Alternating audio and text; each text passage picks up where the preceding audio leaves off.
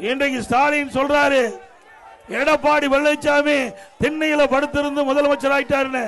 திரு ஸ்டாலின் அவர்களே, நீங்க மட்டும் திரு கருணாநிதி குடும்பத்தில் பிறகுனா கவுன்சிலர் கூட ஆக முடியாது. ஆக முடியுமா?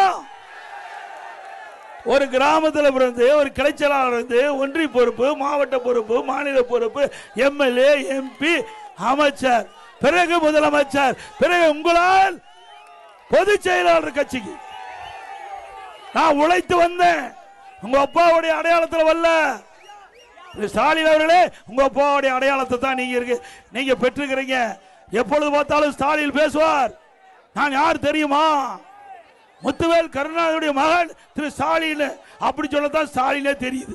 ஐயா அப்பா பேரை சொன்னாதான் ஸ்டாலின் யாருன்னு தெரியுது. திரு ஸ்டாலின் நாங்க அப்படி அல்ல. எடப்பாடி பழனிசாமி தமிழ்நாடு முழுவதும் தெரியுது. இங்கே அண்ணா திமுக உழைப்பு இருக்கு. உழைப்பவர்களுக்கு இடம் உண்டு, மக்களுக்கு உழைக்கின்றவர்களுக்கு இடம் உண்டு. இது ஜனநாயகம் உள்ள ஒரு கட்சி அண்ணா திமுக கட்சி.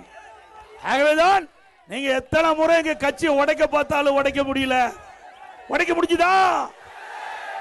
நல்லாட்சினா எடப்பாடியார் தான். வாக்களிப்பீர் இரட்டை இலைக்கே.